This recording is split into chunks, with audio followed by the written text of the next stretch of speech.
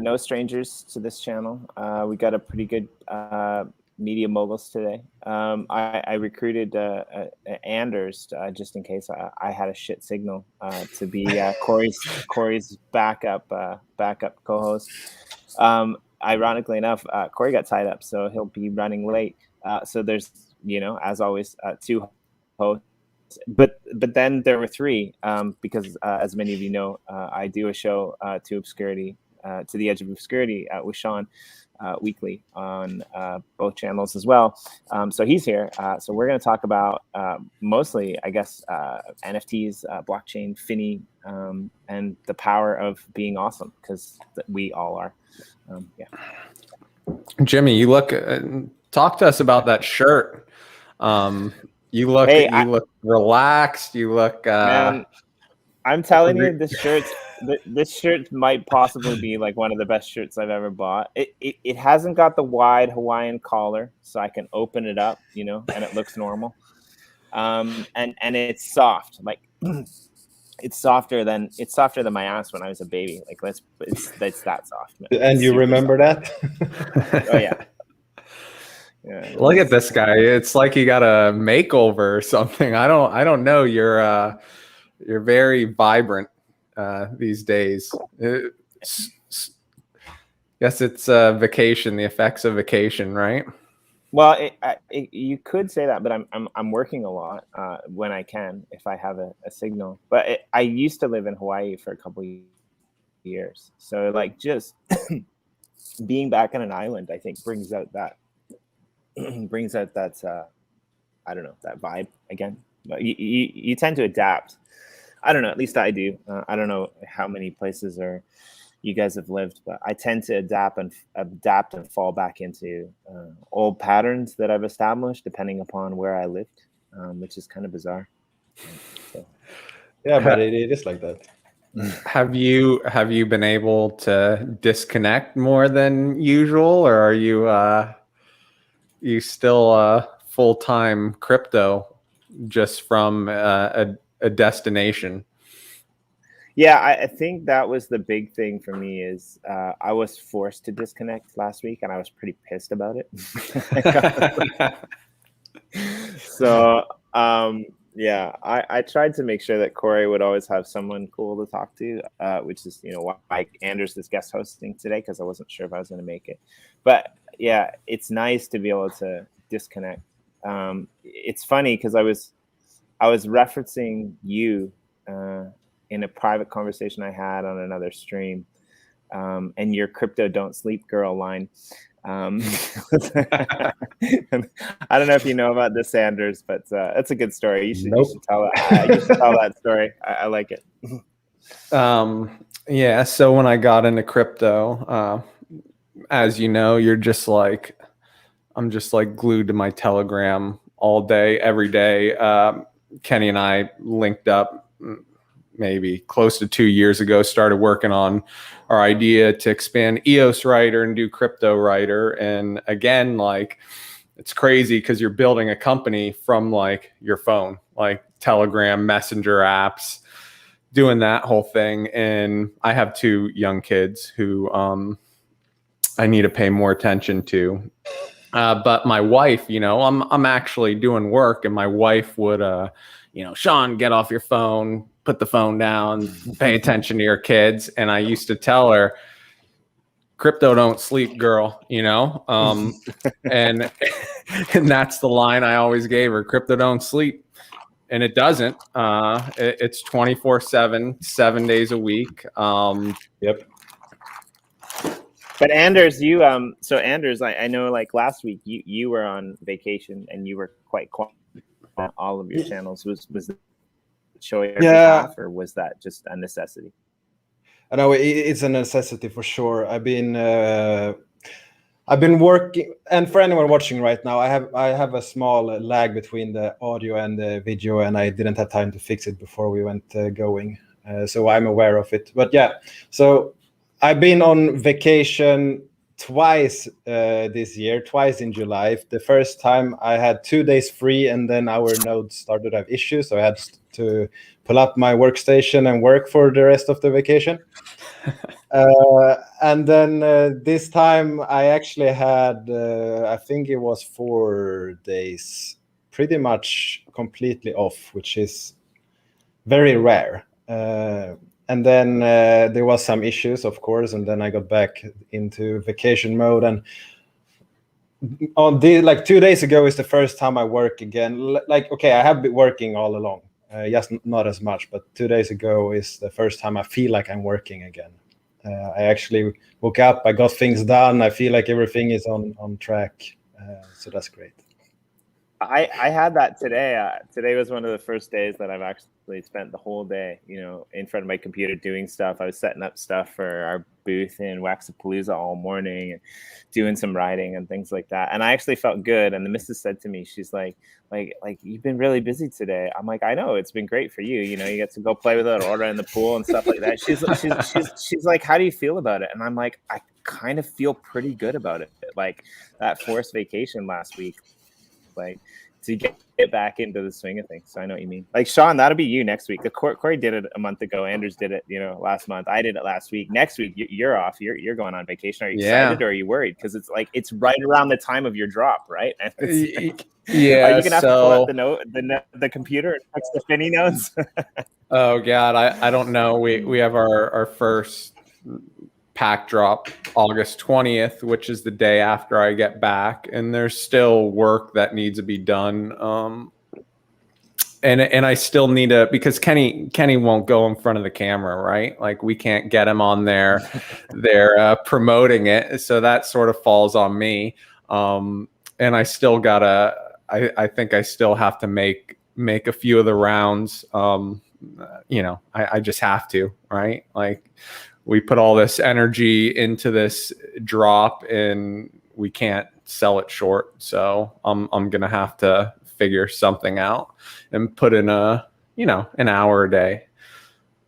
I think we need a crypto don't sleep girl Kenny meme. I think that's what we really need. Yeah, no, Kenny's been going hard. We've both been going hard for a while now, ever since we left Voice, that whole transition, and then getting Finney 1.0 out, and then working towards the drop with facings, and then we've got 2.0 being built in the background, and it's just, especially with the Finney story, since there's so many layers to it. Oh, and then we're building our uplift, we're building Shift City, and everything sort of crosses over from Shift City to the comic to the crypto Finney.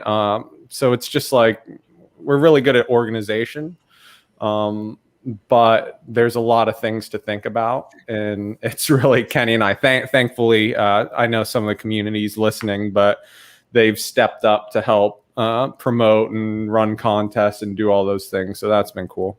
Well, it's going to be good tomorrow. Corey and I we're moving the roundtable up an hour, so it'll be at 8 p.m. Eastern Standard. Who are you having on? Well, apparently a bunch of Americans, because the Aussies are proven to be sissies. Wow. No, we get Taylor, and you have Taylor and your buddy Reese. Taylor bailed, so yeah, Reese is coming, but no other Aussies are coming, which is pretty funny. So Taylor bailed. He's a little bit soft. We moved it up an hour because Reese didn't want to stay up past his bedtime. So last time I talked to Taylor a few days ago, we had a little afternoon meeting. I want him to look into some things, and bro, he didn't sound good. I thought I was gonna get sick through Google Meet, because he was like, I don't know what Taylor's got, but I wouldn't want him. If he sounded like he did the other day, I wouldn't want him on the round table. He get all the guests sick. No, it'll be fun. We'll have a good time. We got Ricardo. Bullshipples is coming, actually, because Bullshipples, a good friend of Corey's and ours, he's been following. I was a little bit worried about moving the stream because he's Pacific time. He's like, no, man, I'm like a farm boy. I get up at 4 on a regular basis. So I don't know where him and Corey get the energy, but they're always up at like 4. And, so that'll You be go. fun. What about you? You could Going probably up early get is the life, right? You Yeah, have to go up I mean, early. That's soon to be your life, Anders. Now that you got a farm. there you go. Yeah, man, I gotta grind on stuff before all you other degens get up, or I'll never get anything done. It's basically how it works out. What time do you wake up, Corey? 5 is usually the average, but really often it's 4:30, and sometimes, Wow. and I swear to God, this is M Blue's fault. Sometimes I get up at like 2 o'clock in the morning and can't get back to sleep and start working. And those mornings, like at least 3 times, I get a message from M Blue like an hour after I wake up at 2. So he's waking up literally at 2 a.m. Central time. It's like, man, I just had this idea. I'm like, it's fucking your fault, piece of shit. Look, though, you would rather though get up at 5 or 6 a.m. in the morning than get up at like 11 and feel like a total bum. At least as I've gotten older, I've never really been able to sleep in, but I sort of like getting up when the sun's coming up, having my coffee, sort of sitting on the back patio. I don't know. I can't remember the last time I've slept past like 8. It's been probably 7 years. Yeah, That's weak. Yeah, right. Yeah, when I was a musician, like 10, 11 made sense, but that's because I was playing until like 2 or 3 o'clock in the morning. Yeah. No, I mean, I used to go out till my goal was always to get home before the sun came up. Nice. Because if I didn't, then I felt like a total loser. One of the reasons that I need to move, eventually, is because I can't keep these hours with you guys over there and in the West. And, sure you can, Jimmy. Sure you can. No, You can move to my farm, Jimmy. But what? Okay, so you're staying up as late as usual, right? No, actually, maybe that's why I look refreshed. I'm usually in bed by midnight now. Usually, you've got bags under your eyes, like you're on a park bench. You're streaming from a park bench. I think it is true. I think these guys are very well rested. But Corey, you see Jimmy every day. He looks great right now, doesn't he? 100%. Yeah, he looks like he's fully alive. You can have some kind of a health. Well, I guess we can just leave it at health when you are into crypto. It's possible. Yeah, well, I mean, and you're a really good example of that, right? Like, I think you meld the two. I was kind of curious, like, what's your daily routine? Because I know you're a family guy as well, and I know like a lot of times, I see you most active like noontime your time, but then a lot of times you spend times with your son after. Like, are you an early riser? So the honest truth is that, like, for the last, I guess, 4 months, I've had some issues getting up, which has led to me gaining weight and everything. So it's a lot of bad things. There's a little blue pill. Now I'm back. I had those issues too. The little blue pill does wonders, and it keeps the weight off as well. No, but now I go up at around 5 a.m. every day. I start the morning by reading and doing some meditation, and then sometime usually before lunch, I go for a workout. If work is busy, it's afternoon or evening, but usually it's before lunch. There is some kind of a workout. Lately, I've been running a lot. So. Preferably, I'd like to go to bed earlier on Fridays, but Sean's got to go and do his workout, so that means that I got to stay up until after he's done. But I mean, we do get to it's good because he goes and works out, and then he cracks a beer at noon, and it's always good when you crack a beer at noon. Yeah. So, Finney, what's going on? Anders, tell us about Finney. You said you cracked some pat. What was your thing about like?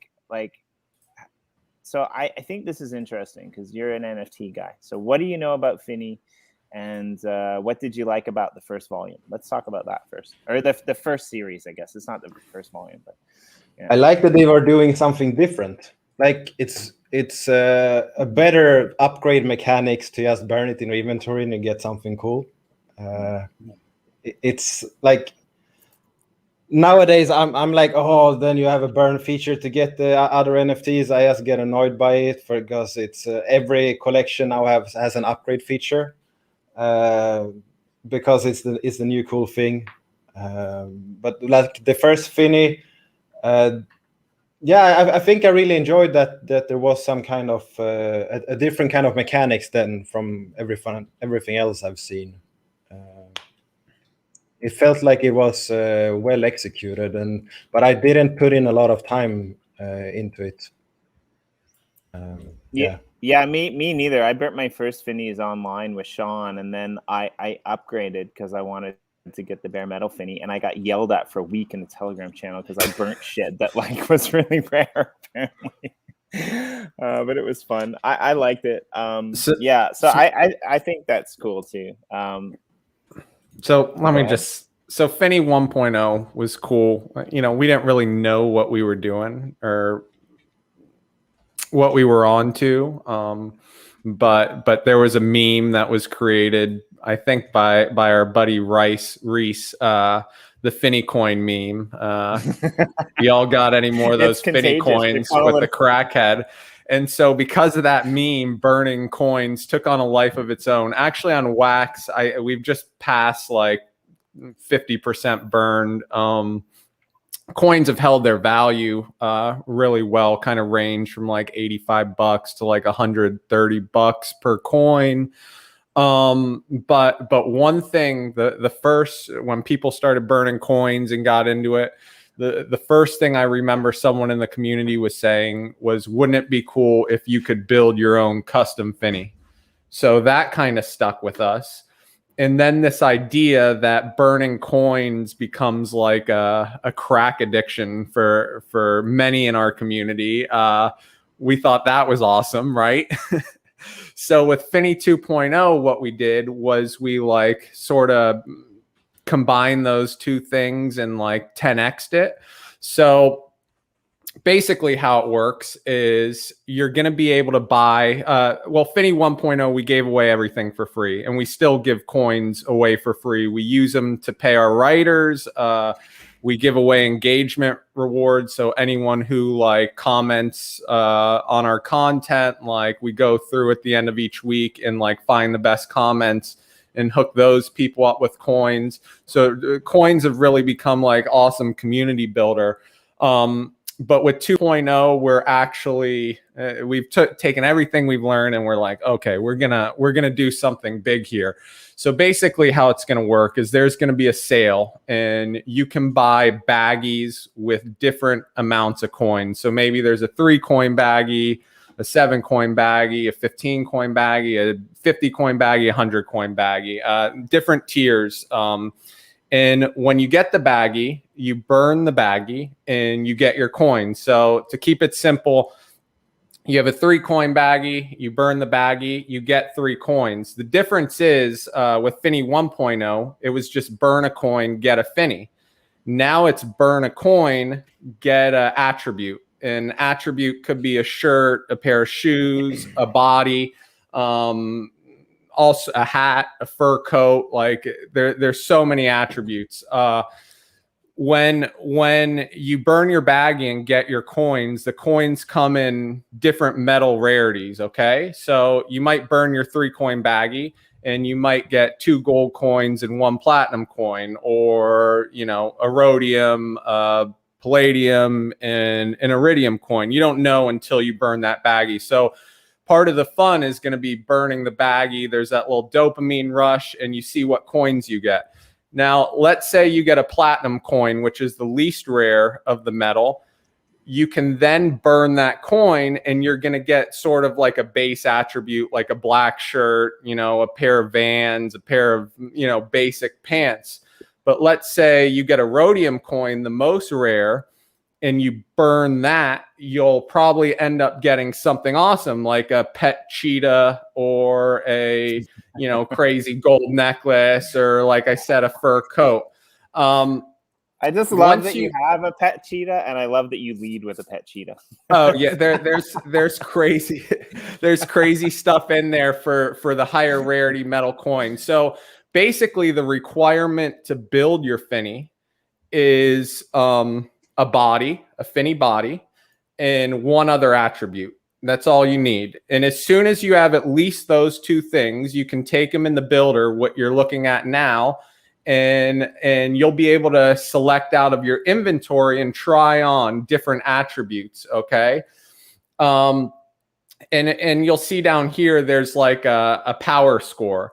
So what we're doing is we have a Finney staking system we're working on, where based off the power of your Finney, you'll go stake your Finney and you'll get our in-game token, which will be used for a number of different things. But for now, let's just stick on this because it'll get too confusing. So you'll try on your different attributes and you'll see the power score change based on what you put on your Finney. You'll be able to give your Finney a name, and when you're ready, you'll click build, and it will mint you that custom Finney. Now, what's cool? So I can have a Jimmy Finney. So you can have a swinging Jimmy Finney. What's I cool, like that too much. It's official. Yeah. What's cool though is Finneys are upgradable. Okay. So let's say you deck out a Finney, but he's got a platinum body, which is like a pleb body. And then you burn a coin and you find like a rhodium body. You can then go back in the builder, put that rhodium body on the Finney and remint the new Finney with the rhodium body and all the old attributes. The thing is that platinum body gets burned, removed from the supply. So every time you upgrade your Finney, whatever attribute you're upgrading or attributes get burned. They get removed from the supply. So when you combine that in the power score, and then we're going to have a leaderboard, right? It's going to drive a lot of pressure for people to keep upgrading their Finneys, because we'll reward people that move up the leaderboard. Also, higher power score is a higher mining rate for the in-game token. What else? Oh, so we were like, well, we have all these Finney 1.0s. Okay, how do we bridge those to Finney 2.0? And the way we're doing that is if you take a 1.0 Finney, you can use it as a body in 2.0. And this isn't just, and I have to confirm like a third time. I keep saying this because I just don't believe, I kind of know how it can be done, but I almost don't believe it. But you'll be able to take a 1.0 Finney on EOS and use it as a body to mint your wax Finney. To mint your Finney 2.0 on wax. So what it's going to do, what's going to happen, because there's at launch, at 2.0 launch, at the sale, there's going to be 100,000 coins, right? 100,000 different attributes. 10,000 of those will be bodies, okay? There's going to be a crunch on bodies, right? People are going to want to dress up more than one, and it might not all 100,000 coins in their baggies might not sell out at first. So people are going to be looking for bodies. So if you're holding a 1.0 body, right, maybe it's just a platinum, whatever, you can still pull it in the builder and use it to build your Finney 2.0. Does anything not make sense?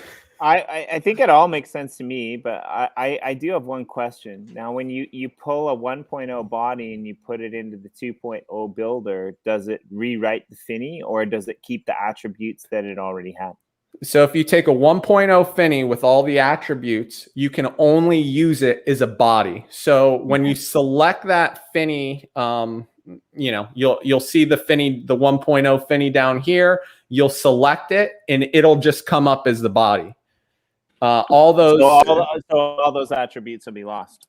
Yeah. That whole Finney will be lost, but you'll be able to breed a new or build a new Finney out of the old Finney. Not complaining. I think it's a cool idea. I just wanted to clarify that because I don't want to get yelled at for burning another fucking wax necklace. Jimmy, I will be disappointed if you do not do that. No, we think it's going to be a lot of fun because not only there's so many. So you can buy baggies, you can go resell the baggies on the secondary market, you can burn the baggies, get the coins, you can go resell the coins on the secondary market, you can also burn the coins, get the attributes, resell attributes on the secondary market, you can build a Finney, go try to sell that. There's just a lot of cool dynamics. We also this so we're always like, you have all these, we want to build something that's sustainable, right? And how do you build something that scales? We want to keep, instead of doing Finney 3.0, Finney 4.0, now our drops can just be a new set of attributes, right? Like we could do a pet drop, right? And just drop different pets, like a limited run of pets, and people could buy those and then use them to dress up their Finney. We could do like 90s basketball shoes. We can do all these different themed little drops for attributes and assign those attributes a score. And people that are looking to maximize the score of their Finney, or people that are looking just to like make their Finney look cooler and have different style than the other ones, like they'll want to get in on those drops and dress their Finneys up. I have a feeling a lot of people, there's going to be people that are looking to maximize their Finney score for the mining of the in-game token. And then there's going to be people that want to do that, but they also want to have Finneys that just have style. Like you can picture Finney in just like a fur coat and a cowboy hat, right? And nothing else. And they'll want to show those off. So there's just there's a lot of things you can do with it. I can picture a Jimmy like that. Yeah, swinging Jimmy. So hold on, Jimmy. Hold on. Hawaiian shirt. I just wet myself. I mean, again, Jimmy, you gotta get me a picture of that, the pattern on that Hawaiian shirt, okay? And we can send that over to John Trafford, the pixel artist, and we will make that Hawaiian shirt and maybe make it like make 10 of them and throw them in there. Can I get an Alpha Wings t-shirt? Hey, you can get whatever you want. Hey, I got another one that's like that has like the shisha. Maybe I'll use that one because that'll be fun. And then Corey can get an uplift one, and then we can be Finney brothers for collabs also, right? Like how easy will it be for us to just create an uplift graphic t-shirt, right? And then just do a drop and send you guys some of those to throw on your Finney. Hey, and Corey, do you know what else we can do? We can use those avatars and we can go on the boring show. I mean, let's do it. I gotta find some Skindex artist to like, once I get the right avatar to like make my Minecraft dude look like my avatar dude. That'd be cool. It's gonna happen. I like it. Anders, I'll pause for 30 seconds while you catch up. What do you got? Good callback. I have no comment. Jimmy, can you post that form in the chat so we can? Yeah, I already did. You did? Okay, yeah, guys, fill out that form. So we're gonna burn a couple coins here on the air, and we'll give a couple coins away. Which is cool. We'll burn them first, and then we'll draw them. And you might get a Finney 1.0 that you can use as a base level Finney. And I mean, who knows? Maybe you'll get a rhodium and you won't want to use it. But I love this picture, by the way. Yeah, it's good. Really good. Lars, they're so the pack drop, which is August 20th. It's like 25 pieces of artwork. There's some other, there's some awesome artwork in there that I would love to show off, but but I know Lars Lars gets a little touchy about that stuff, so we'll just stick to this one because it's on the site. Basically, if you don't mind, I'll just tell you about the pack drop. This is Finney Volume 1. So Crypto Finney's the pixel art builder stuff. This is the Finney comic. And this sort of starts Finney's story as he journeys to Earth to learn about crypto. And basically he runs into the bad guy, Peter Schiff, after Peter Schiff. And Peter Schiff loves gold, and Finney's made out of gold. So they kind of have, he tries to influence Finney and pulls him one way. I don't want to give too much away about the story because I want you to read it, but basically comic book style art. And there's, on each card, there's like, on the back of each card, there's like a written chapter. There's like maybe, I think, eight different rarities plus like 2 collector's cards. There's 10,000 packs total, 4,000 $40 packs that have 20 cards, and 6,000 $10 packs which have 5 cards. 40 packs for $4,000. Damn, that's steep. Yeah. If you if it's skewed though, even though the price is like $2 a card, we've skewed some things towards the larger packs, so greater chance to get an epic or higher. I think you have with the 5 card packs, you have like a 30% chance of getting something extra special. And with the 20 card packs, you have like a 66% chance. And then we've also kind of skewed the rarities.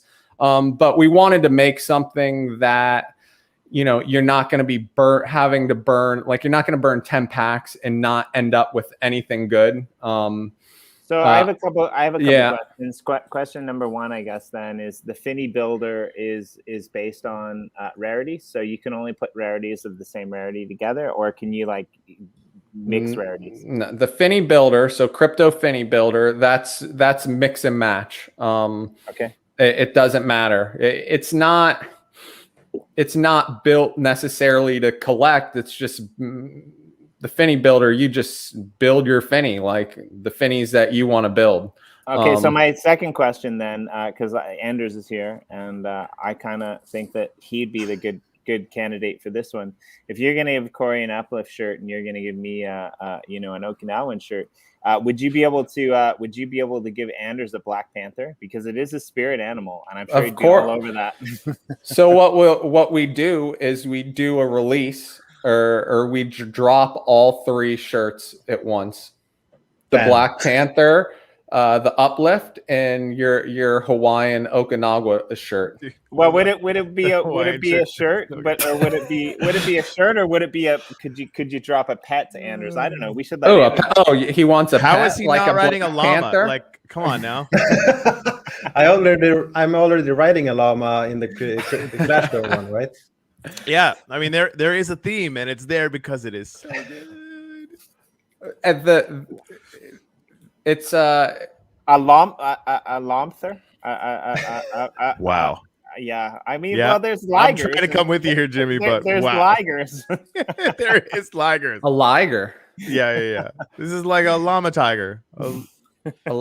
Just call it a llama tiger. I don't know if you guys have seen. I know Jimmy probably seen some of Trafford's pixel art, but the guy can do. He can create anything and everything, and he can really animate stuff too. Yeah, he's awesome. A godsend. You guys actually have the pinnacle, in my opinion, of some of the best artists in the business. You've got Lars, who's doing these, awesome cards. You've got Trafford, who's doing some great pixel art for the actual Finneys, and then you've got Smithy, who's doing like some amazing builds in the Uplift. And I mean, the 3 of those together, in my opinion, are all pretty clutch, because like they're playing off of each other really well. I mean, we got lucky with Smithy, because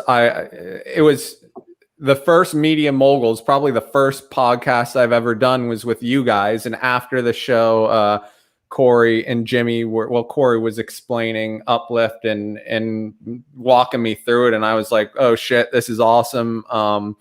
You know, and you guys gave me a plot in Genesis. And then for a while I was sort of scrambling, like, to find a builder, and people were offering their kids and whatnot. But I don't know. We were like, and then finally Reese said, I got a guy for you. And it was Smithy, and he mostly, I think, built in survival. So I think it took him a little bit to catch his bearings, because like in creative, like the sky's the limit. And then, you know, you had him on the show. We gave him the one picture, the promo card of Finney coming to Earth and looking out at Shift City, and he just took it and ran with it. And it just keeps getting better and better and better. And I mean that, and we paid him in a bunch of Finney coins, and now he's like a part of our team, and we're trying to. Now we haven't put up any billboards or anything, but now we're working on bringing some images in, because I think it'd be cool to have like a movie poster advertisement of the volume 1 drop here, and like put it up on a billboard in Shift City and do things like that. And then like we have all our behind the pixel artwork.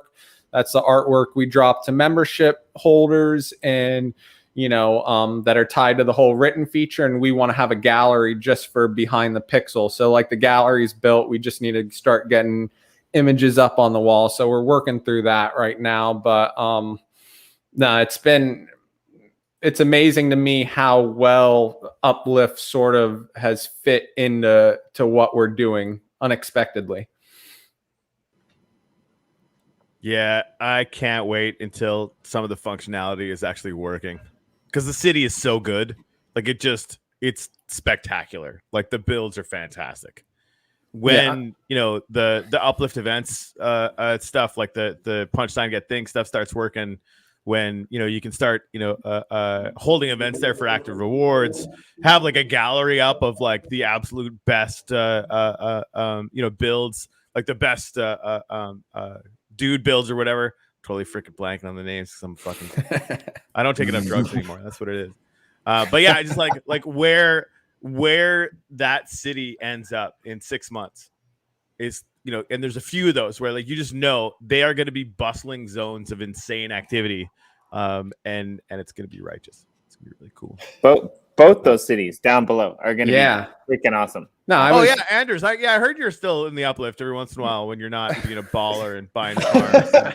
Like last 2 months, I haven't been playing a lot, but I've been going in for an hour or two here and there. More than me. Like I am cherishing every millisecond I get in the Uplift these days. I loved Jimmy. You guys had that round table with Smithy and some of the other Uplift city builders, and I remember someone in the comments was like, wait, this isn't Minecraft, is it? You know, like they were so blown away. Yeah. They're like, you know, how many people, how many adults have purchased Minecraft simply because of Uplift? Because within our community, it's like at least 20 have seen what other people are building, what we're building, and they want to get in there. Yeah, I'm really looking forward to when you guys open the floodgates. Well, that round table was fun too. We've got another one that we've got an idea for. We're gonna Corey, it's going to get nasty because we're going to put Anders and Michael on the same stream. It's going to be nuts. We can mute EOS USA whenever we want, though. Okay, sweet. Like yesterday. Yeah, right. and dude, that was nice. So fucking funny yesterday. Like I really almost peed off when you just. Smithy, it was fun. I like fucking with that guy a lot. Yeah. Smithy had and I and Small Town Cowboy actually had a conversation. We're going to do a revamp of the city one as well, featuring Smithy and Small Town and maybe a few other builders. Anders, this might be something you're interested in. We're actually going to reach out to the community. We're going to find them a plot, and we're going to get some specs from the community, and we're just going to let them build away for an hour, and we're going to see like what they come up with from those specs. And I think it'll be really fun to see them like collaborate on screen. And me and Corey just do whatever. I mean, we might go in and collaborate too. Or I might just, talk about random points that nobody cares about. Because when you're building, it's really difficult to like have a conversation. But like, I know Corey will love to be in there and like throwing blocks down. I mean, like that needs to be a billboard somewhere. Like, what are you doing on Saturday night? Because if you're not throwing blocks down in the uplift, your life could be probably all right. We can write this person on some of my lands, and we can do it. It would be fun. Jimmy, throw that form out one last time, and we'll give people like 5 minutes to get in, and then we'll have some ducky races and burn those coins. There is one. We have a lot of ginger, red-haired influence in our community, and there is like a single ginger Finney in 1.0 that is still yet to be burned into existence. So I put my name in the forum, so I better fucking get it. Okay, yeah, I'm hoping that like I added my best wax account for this. Not that shitty one that I use. This is like my real one. This is like, this is. I would love for. If it's going to be burned into existence, I would love for it to happen on one of these live streams, right? Because it'll make it all that much more fun. Speaking of which, like we should really pull Anders in for one of our shows, Sean, because I think that would be fun. Like taking Anders to the edge of obscurity and beyond. Like I don't think anyone knows what that looks like, and that could be freaking insane. It gets weird, so it gets a little weird sometimes. No, it's never weird. I've never done anything weird, so that's good. Okay. No, the wax account I used is embezzlement, so I thought it was suiting. Anders actually does have some of the best. It's true. Wax names. Shout out to my buddy Dr. Poon. Dr. Poon's going to join us tomorrow for the roundtable. Is he? Yes. He? Yes. Yeah. Him and there's a few others. They're not 100% committed, but Poon's in. I think he said he's going to join, so that'd be fun. Ricardo's going to join. That's going to be scary. Well, sorry, you were shouting out Dr. Poon. But I'll be tomorrow. I'd love to watch that. So I'm probably going to be traveling through the airport, and I'll just get the kids and my wife to hold all the bags while I stare at my phone. And Corey, where do you think in the U.S. that Sean would travel to at this time of year from Florida? I have no idea. That seems absurd to me. It is absurd. Where are you going, Sean? I am going to Boise, Idaho. Like you do. Nobody would ever guess that. Well. I love it though. I think it's awesome. No, my sister, who's been everywhere, she was like, Boise was one of the places her husband dragged her out to, and she didn't think she was gonna like it and loved it. And then I heard, not long after she told me that, I heard I was listening to a Joe Rogan, and he was talking about doing shows in Boise and actually loving it there. So we were just looking for a place we could go that had nature and like terrain that wasn't flat and had good weather and was easy to get around, whatever. So Boise was the place, but it's going to be 104 degrees when this weekend, which is insane.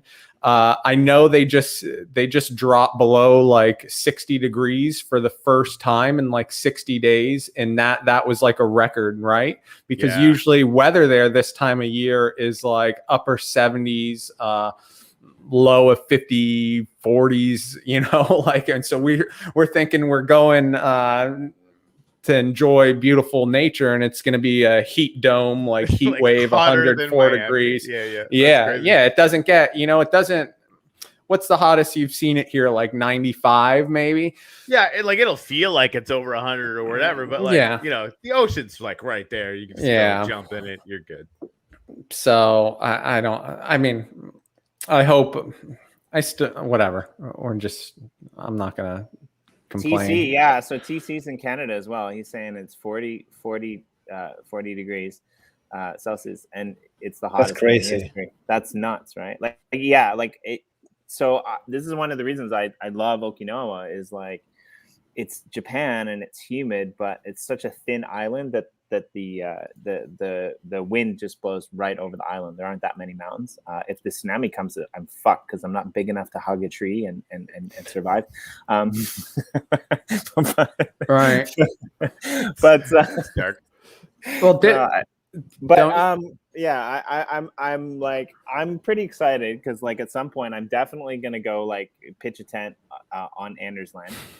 It's like how do you feel about that, Anders? I'm Jimmy pitching a tent. Anders is like he's like an underground permaculturalist at heart. Jimmy, we're gonna have a great time, right? Yeah.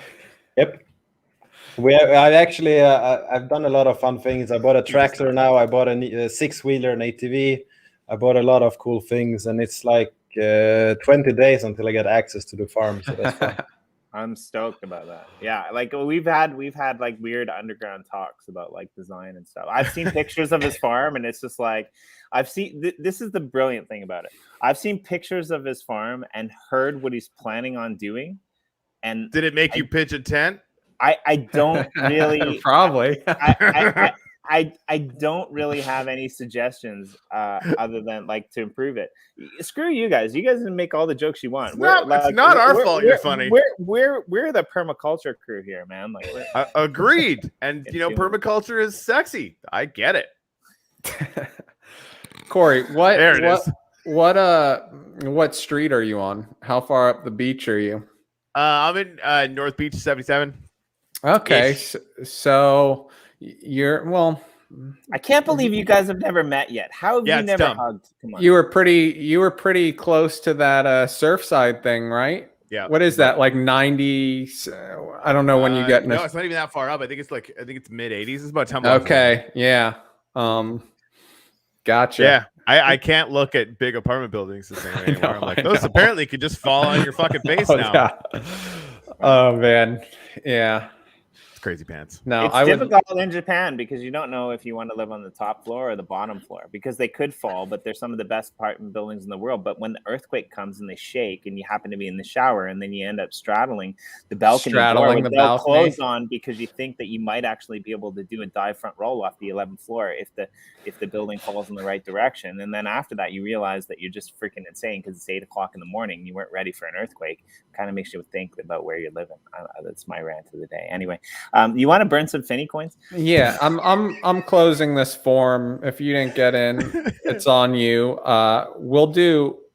Let me set up the ducky race, and then we got to burn the coin first, though, right? Well, we can do it both ways. What's the one that hasn't been pulled yet? The one that hasn't been pulled is this ginger Finney with big orange afro type thing. But would you take a ginger or a rhodium? I don't know because the rhodiums are pretty good. You would take the ginger. Only I just burned 3 coins in my inventory. I haven't gotten it yet. I think it's broken. You just fucked Anders for like you fucked this whole morning. He's gonna just go on a burn fest. I like the fact that like I have never burned a coin on EOS, so I like the fact that like that actually I can put it into the builds. Don't you have a bunch of Yeah, Corey and I have I got a bunch of bodies and stuff, and I'm like, I'm in no hurry because again, I know what this shit's gonna look like in 6 months. Like, you can pry these things out of my cold dead hands, motherfuckers. But I think it's gonna be, I think Bored Apes can suck it. Right. No, I think that really. I love Bored Apes. as the community grows, which it will from volume 1, 2.0, there's going to be people, collectors looking to get in on 1.0 Finneys. Then you're going to have people that already have them that are burning them to use them as bodies. So that's going to crunch the supply. And a lot of people are stashing a few coins for a rainy day. Because they're going to keep the supply of those is going to keep shrinking. Let me add these names to the list. Okay, Jimmy, this is what we do. Burn 1 coin. Okay, we'll have a ducky race and we'll send it to the winner. Then we'll have a second ducky race and then we'll go back and burn the second coin and send that to the winner. All right, sure. Anders, 83 or 84? Yes. Yes. 83. Okay. I felt like 84 was the best one, so 83. The first time I did this, I was freaked out because I read it 4 times and I was like, I don't know if I'm doing this right, and if I burn this fucking Finney coin and I don't get anything in return, I'm gonna be pissed. But it was well played. Before we activated the burn, we had 2 weeks of just distributing Finney coins, and people were like, "What happens if I burn it now?" And we were like, try it and find out." And no one was willing to try it, and then finally someone tried it, and we had set it up so you couldn't burn it, and I rewarded that person another Finney coin for having a pair of balls. Nice. Yeah. Okay, I'm gonna press the burn button. Wait. See what happens. There we go. Do you understand what happens when you hit that? No, I'm on a laptop, so I've got 2 screens that are kind of spread. And wax cloud wallet is ridiculously slow. Why is it not popping up? It's the Japanese version. It's not the Japanese version. The Japanese version, I'm not going to say it because last time I freaking said it, I lost access to our goddamn roundtable. And it was the roundtable I really wanted to be a part of because it was fucking Blockchain Canadians #1, and it's gonna happen again. Corey, you had to hold down the fort for that one. He did a freaking awesome job. I'm sure he did. Yeah. He should talk more and I should talk less.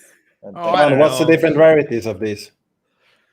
Was Jimmy always or Corey, were you always the color commentator and Jimmy was always the play-by-play, or was it?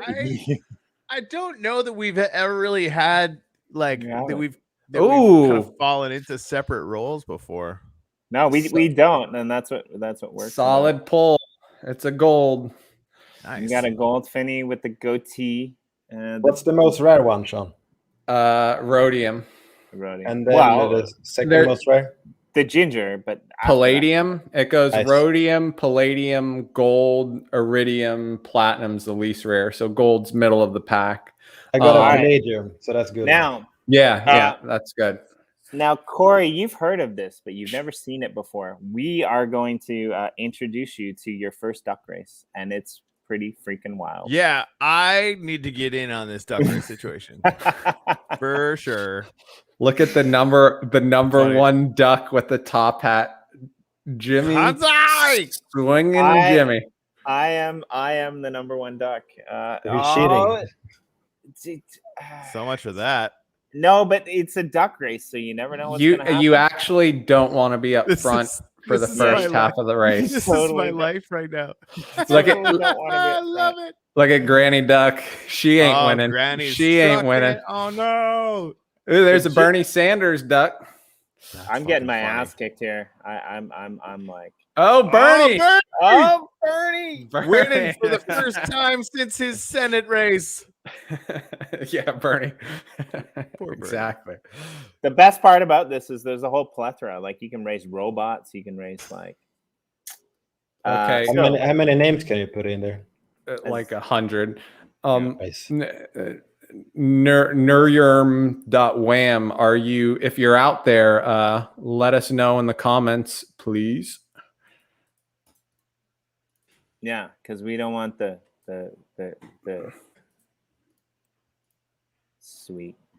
All right. So do you want to? Wh- What do you reckon? Let's take a vote. Do you want to burn this one first, or do you? No, wanna the second. race Well, this let's just race again, and Okay. and you gonna then do we'll burn it as the big grand finale. All right. Nice. Then we will see what whoever gets it gets. It's me, Dub Wizard. He's out there.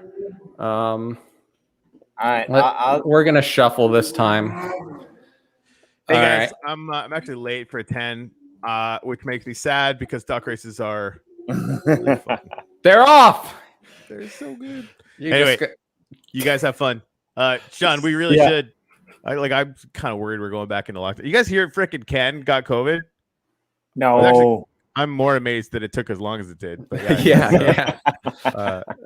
My parents' friend had COVID once, got the vaccine, and then just got it the second time. Yeah, that's the thing. Like, especially with the Delta, you can be positive for it. The vaccine is still gonna, be nice. Look at that. Anyway, I gotta run. You guys right, have fun. later. Be good to each other. Ciao. Later, Wow. Corey. I like the fact that Pooner won. That's great. Oh, I love that. Let me Pooner just one. let me just transfer this to Is that Doc? RYM. No,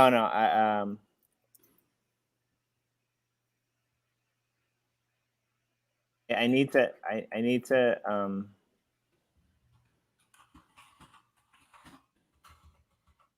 put my memo in there. Hey, Anders. This is what I've been doing all along. Yes, so you know. Right? Yeah. I mean, Anders, by the way, we need to talk because like you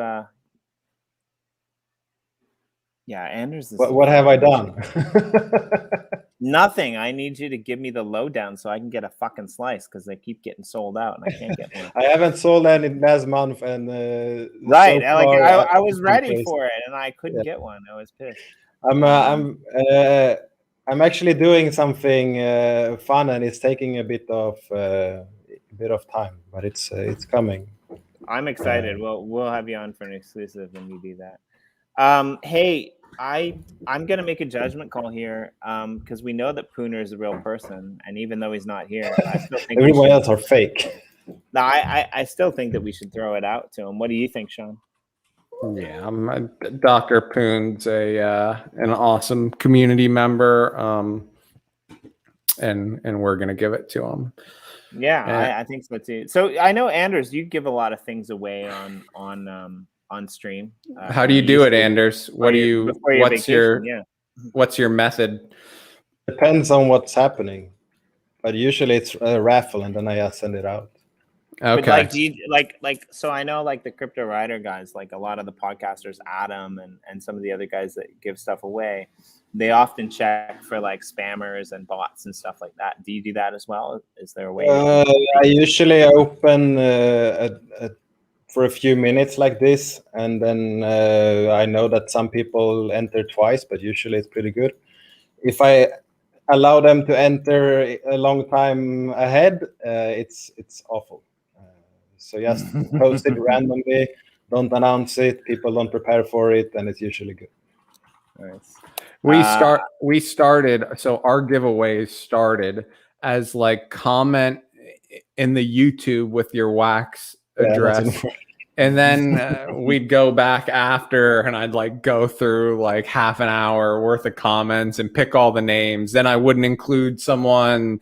They'd be like, oh, I didn't see my name, blah, blah, blah. And then we switched to a form and like spinning a wheel.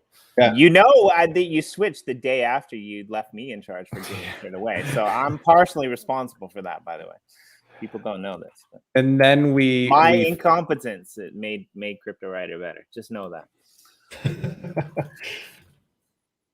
Well, for Twitter it works well. I have a script, so I just enter the ID for the tweet, press enter, and I have every account. Usually, it doesn't always work though, but I have all the Twitter IDs at least. Yeah. All right. So let's see this because I always think this is fun. So run down from most rare to least rare. What are the categories again? Rhodium, palladium, gold, iridium, platinum.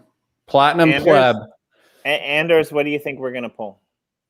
A rodeo. All right, I like it. I think We've given away one, right? One rhodium on this show. I know Burst on his show has given away at least one. But yeah, we'll see. We're trying to get Burst on tomorrow as well for the Finney roundtable, but he ghosted us last week because apparently he had a night on the town. Oh, on the Canadian roundtable. Canadian roundtable. So you I heard you had a fake Canadian on. We had Adam. Adam is a fake Canadian. I love that Morton called him out. That was freaking perfect. That was great. We're gonna do 2 more though. I'm excited about this because we keep figuring out really interesting, innovative ways to to surround Jimmy with his buddies. Yeah, no, we're gonna do an Aussies on the block. We're gonna do an Aussies on the block one. And we're because it was fun. If you watch that back, there was a lot of interesting banter, putting people from the same area on the same stream. And we're also gonna do a Miami one or a Florida based one because there's a lot of blockchain people based in Florida, right? Like Ken's down there. We can maybe pull Adriana on, get you. They moved there for a reason, right? It'll be I think it'll be really interesting. So I want to do that. A Europe one might be kind of interesting too, but I think like a California one I think would be good as well, but we definitely have to change the time. No one is interested in the Cali folks anyway, right? Ooh, another gold. This one's a little more rare than the first one. Damn, 2 gold pulls that's solid, Jimmy. Right? Jimmy's got a hot hand today. It's that little gold pill, I'm telling you. So there are 139 of these burnt. Why have people done that? Well, that upgrades to upgrade. So if you take 3 of the same metal type and you burn 3, you get a bare metal Finney. And then if you burn 2 bare metal Finneys of the same metal type, you get a Bitcoin mining Finney, which is like the animated one. And then we rewarded, we airdropped a bunch of cool Bitcoin miner airdrops to the accounts that had the Bitcoin miners. And then they'll be able to take those Bitcoin miners. Any Finney will be stakeable for the in-game token. The first bit of utility the in-game token will have is we have this vault, this writer vault where we partnered with a bunch of different people. We'll do things. We'll put like uplift land in there, and we have all sorts of Finneys that we recovered that are like BTC miners and stuff. We throw those in the vault. We'll throw new attributes. So if we do a drop for 2.0, we'll take some of those attributes, throw them in the vault, and then all our partners who we write articles on, like Whores and stuff, they'll give us cool stuff to throw in the vault. So we've loaded this vault, and basically you stake your Finneys to mine the in-game token, and then that token gives you access to the vault, and you'll get randomly assigned one of the Finneys. I mean, one of the NFTs. What do you mean by assigned? You'll just get, so once you pay you stake your Finney, you stake your Finneys, you get the in-game token, you take your token, let's say it costs, I'm just throwing this number out, 10 tokens to access the vault. You access the vault, and when you pay those 10 in-game tokens, you will randomly receive one of the NFTs within the vault. Yeah, so you will get an NFT. Yeah. And how long are my tokens staked? How long are your Finneys staked? Yeah, we haven't.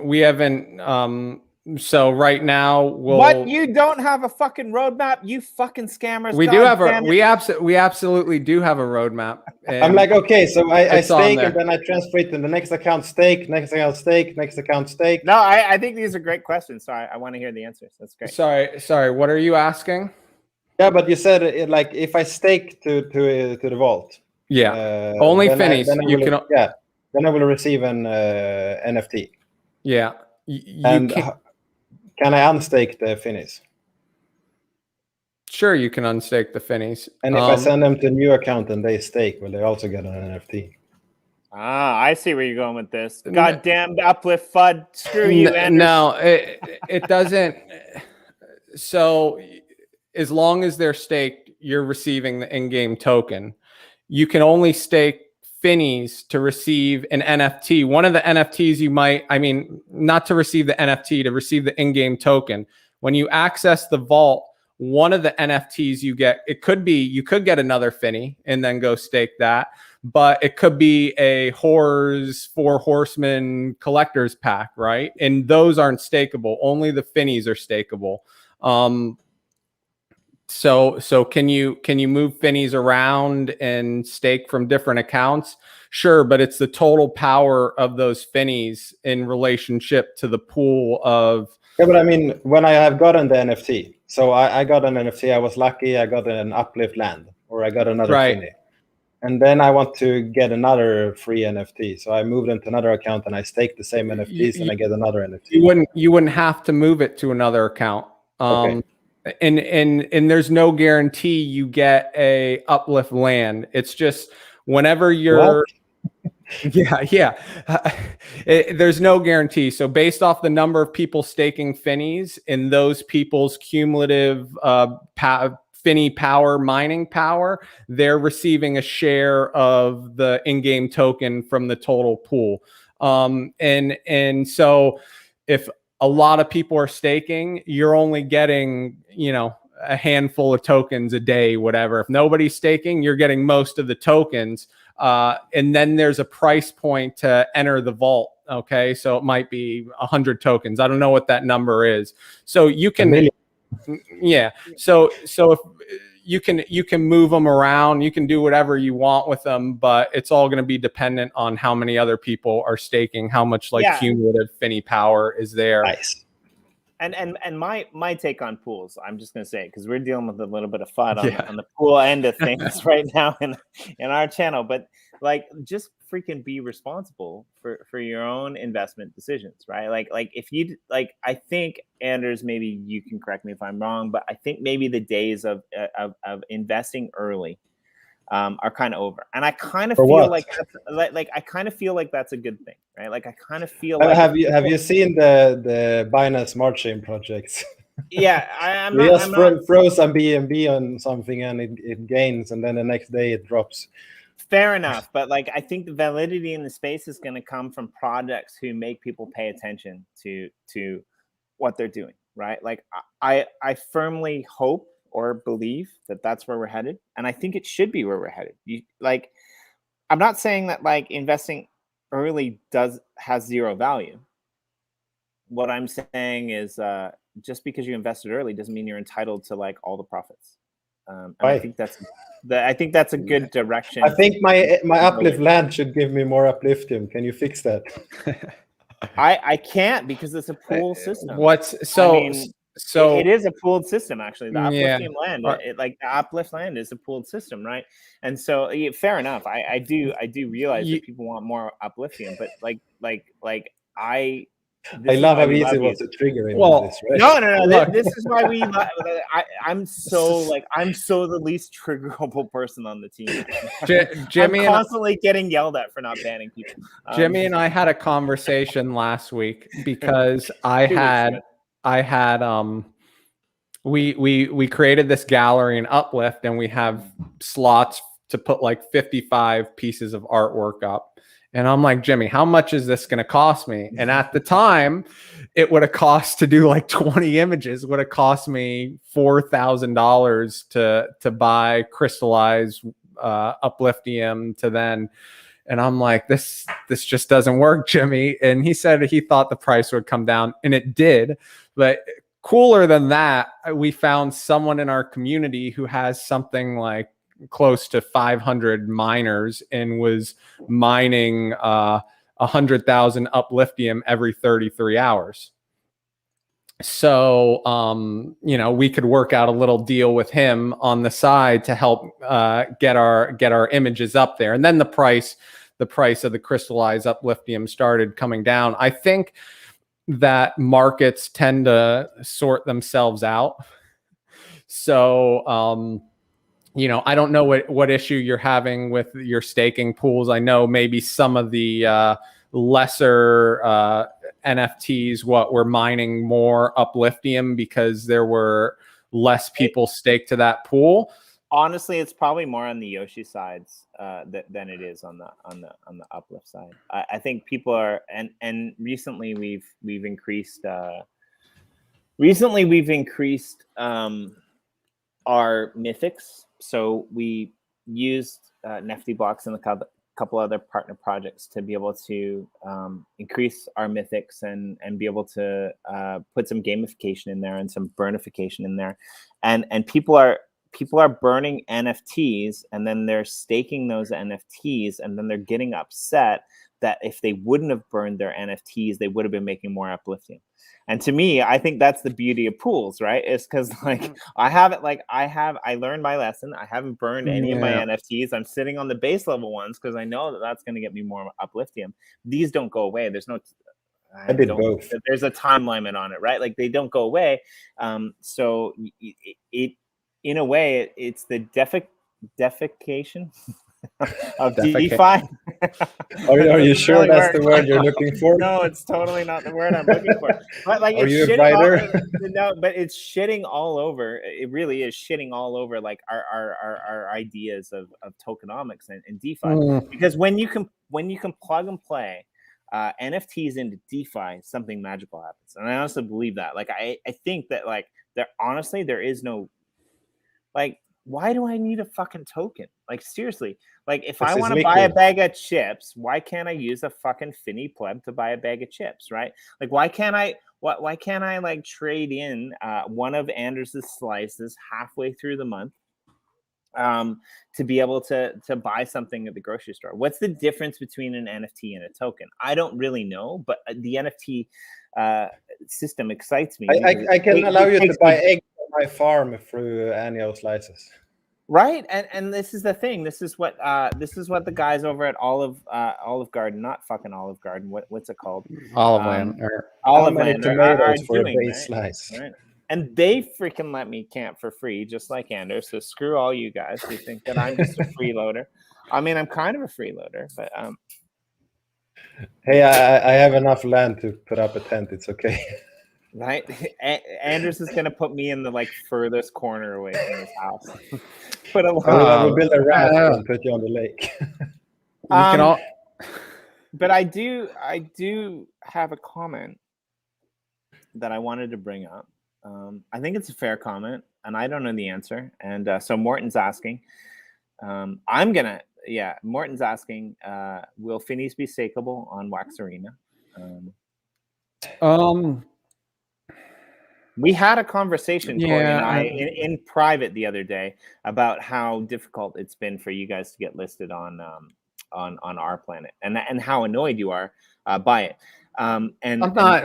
We're beyond. You're beyond that, right? And Corey made a really good point. It's like that was kind of the beginning, and the end is nowhere near the beginning.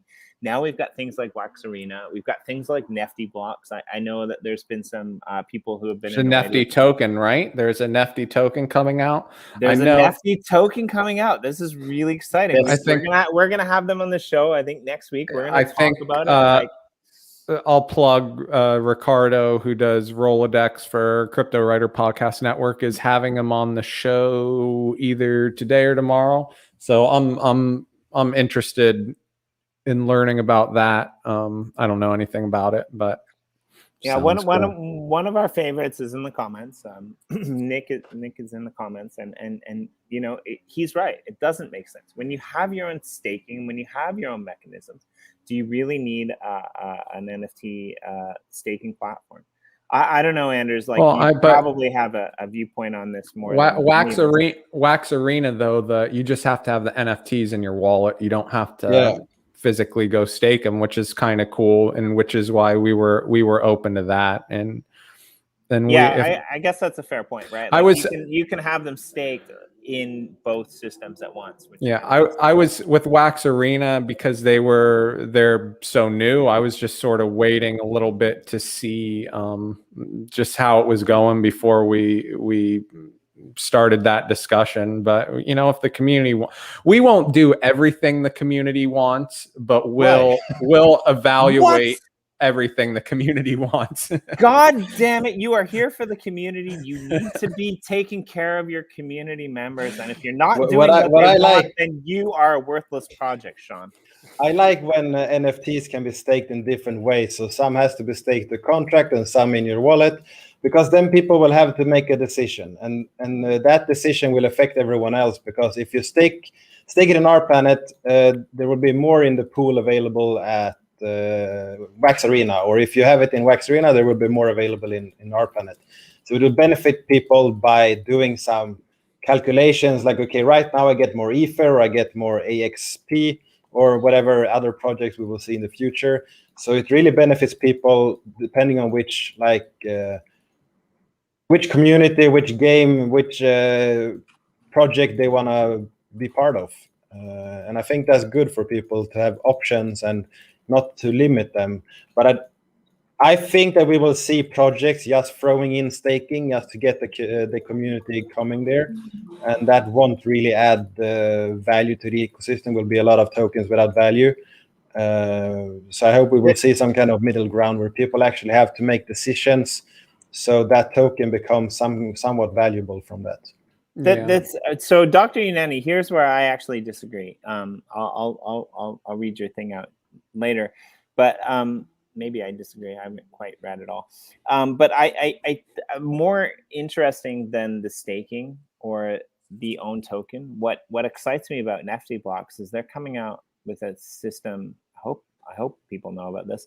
As Sean knows, I get confused. They're coming out with a system that will allow you to blend cross-project NFTs, which I think is really exciting, right? Because now, for example, you know, the Uplift and Crypto Rider, or the Uplift and Anders, or even Anders and Crypto Rider, could potentially set up a scenario whereby you blend NFTs from different projects and you release something that's really exciting and really interesting. And I like the potential of that. I don't know how many projects will actually use it, but I can see a lot of potential in the future for that when corporations and big businesses come in, actually, if I'm honest. For Finney, especially for us in the Uplift, it's massive, and in Yoshi Drops it's massive because it allows us to do collaborations whereby we can blend these we can blend these NFTs and essentially have them be rewarded on two sides, right? And so for me, that's the more exciting thing, even though I think the token is exciting. But yeah, I mean, collaboration in this space is huge. You know, Kenny and I have discussed, because when we first launched Finney and we had zero name or respect in the wax space, you know, we were willing to collab with everyone, but then we got to a point where we're like, you know, hold on.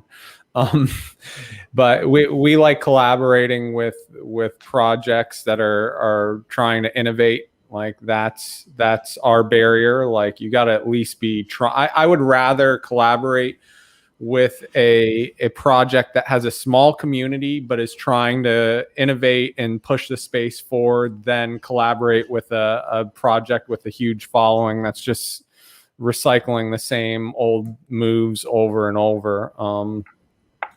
I don't know. We're always like Finney 2.0. We're just trying to think of ways to do something different and cool and fun. And I think a lot of the projects that are here today, if they can't do that, if they can't push the space forward, they'll get left behind. yeah, I 100% agree. This is one of the reasons that we respect Anders and you guys as well over at Crypto Rider, is like you're pushing boundaries, right? Like you're changing things. Like Anders, his idea with the slices was groundbreaking for me. I think that was brilliant, and the fact that I have never gotten a slice because they're freaking sold out pisses me fucking off. That's because you didn't try to buy them in October through March. Right? Well, I did try, and I was like, I remember like being like an hour late for one, and I'm just like, yeah, but that's after our plan, so that's after March. That's I think it was mid-March or April. Bonds. Go Well, ahead. we got to give Bonds a little shout out, but Bonds, it was months ago. We were working on Finney 1.0, and Bonds came to me and he's like, "Hey guys, you should be stakeable and our planet. Like, check this out." And he sent me the our planet thing, and I sort of half read it, and I was just like, it seems like a big Ponzi, Bonds. This isn't sustainable. I was just saying that just to set him off because that's how our relationship is. And he's like, "What do you mean? No, it's going to be big." And I was like, yeah, Bonds. But anyways, we weren't ready at the time. We were still a couple months away from launching, and it was cool. I was happy that he found success with our planet, because I was like, Bonds use me as an indentured servant for his prospectors. He had me lugging wood materials like across prospectors for like 2 months for like 2 PGL total, like in our little share, and he was there getting rich off mining gold. But no, that's why when I saw our plan, I was like, yeah. But I'm happy Bonds has found like he's found success. He's the man, right? He gets to deal with all the complaints. He's kind of like, Jimmy, you're complaining about people complaining about your mining, your pools. Imagine being Bonds and having to deal with that chat. I don't even have to imagine being Bonds. I just have to imagine being Super Sam or Cowie, because this is the thing. Here's the thing. Bonds in panic mode, Pooner. Right? Yeah. Like I have the liberty of being able to walk away from the public chats whenever I want, because essentially I'm the writer. I do the streams. If I'm here or there, it's kind of mean, to be honest, because it's just like sometimes I get so fucking pissed off that I just like unleash on people. I know it's hard to believe, but like I have to actually cap myself, and so like I can walk away. But like people like Sam or people like Cowie, they're really patient and they're really good. And Bonds as well, for the most part, except for that one time that he lost it, and then he came back a day later and he apologized to the whole community. And like I've always liked Bonds, but that gave it a level. I mean, community management. First of all, it's going to be like a 6-figure job if it isn't already. Especially as larger corporations realize that like a 24/7 Telegram chat or Discord or whatever is super helpful and leveraging a community. But it's nonstop. Like it's nonstop, and you're like you're a community servant, and that is not easy. So I can see where people break. Luckily in our community, I only have Charlie to deal with. Outside of that, everyone's, but this is how Charlie's one of my favorite people. Yeah, Charlie's one of my favorite too. This is when you know you have a strong community. It's when the community starts policing itself, right? So early on, I kind of took roles as community manager and crypto writer, and I used to have to sort of put on very few occasions, put people in line. But once you build a strong community, they'll take care of all that, right? If someone does something not appropriate, they'll hop in there and set them straight. And I think that's the difference between a strong community and a weak community. A weak community, you might have a lot of people, a lot of voices and stuff, but they're not unified. So I can feel some of Bond's pain, and I know he does excellent work over there, but I wouldn't want to be in his position ever, I wouldn't either. especially with a token price that like drops. You know, We're trying to get him on one of our shows, but he's a little bit pissed at me because he asked me to buy him these little things in eggs, and I haven't sent them to him yet. I actually brought them on vacation. Anders, did you originally come from the EOS community and then jump ship and go wax? Have you, Jimmy? Have you followed the EOS Foundation or any of that? I have. I breached the topic with Michael EOS USA. What the show. I wanted to breach it with Anders, but we didn't have time. I fucking look. Well, I'll share my opinion. Okay. It's ballsy. It's super centralized approach, but I personally think it's absolutely necessary and fucking awesome that they are just gonna. The plan is just to start pumping money back into the ecosystem, like just boom, you know, gray mass. Here you go. Like now you can be comfortable. All these projects and I think it's gonna. I mean, it's sort of like the Hail Mary, but I think it's gonna sort of steer the ship, and you know, well, I know Jenner EOS is really stoked about it because they're kind of tired of waiting, and the fact that like the fact that like EOS can kind of take care of itself now. Might be a good alternative. So. I mean, there's gonna be sell pressure on the price in the short term, I think, and you need the whales and BPs to agree. Like, let's hold it together. You know, this is an investment back in the ecosystem. It might take a while, but when you have like a small sort of centralized entity, you know, like doing what Block One should have been doing all along, or EOS VC, and you know, EOS VC was outside the community, right? Funding projects that had no real direct impact on the community. Well, now you have EOS VC like inside the community that understands the community, what it needs, and understands all the players, and they can just dish out money right and left. I fucking love it. Yeah. So Anders, you jump ship. Not really. You still do stuff in EOS, but you jump ship. Yeah, we still run all our, like, we have a block producer. We run the one of the longest running public full history APIs. So we you're like one of two, right? Like I think you're one of two block producers that actually run a full history now, right? Yeah, and man, we have had so many unlucky situations with that. Like just as we have a new version synced, we have two different copies of the new API, and both of them are way over 10 terabyte each, and then both drives crash at the same day. Like, oh my God. we buy the most expensive drives. It shouldn't happen. There's a power out. Like they killed the power in that data center. They didn't tell us before, and bam, and they are both dead. Both dead. Oh my God. Nothing else. So we have, and it doesn't take 2 days to sync the EOS mainnet full history. It takes, because of all the net and CPU mining that has been going on. So it takes a long time. But yeah, we are still there.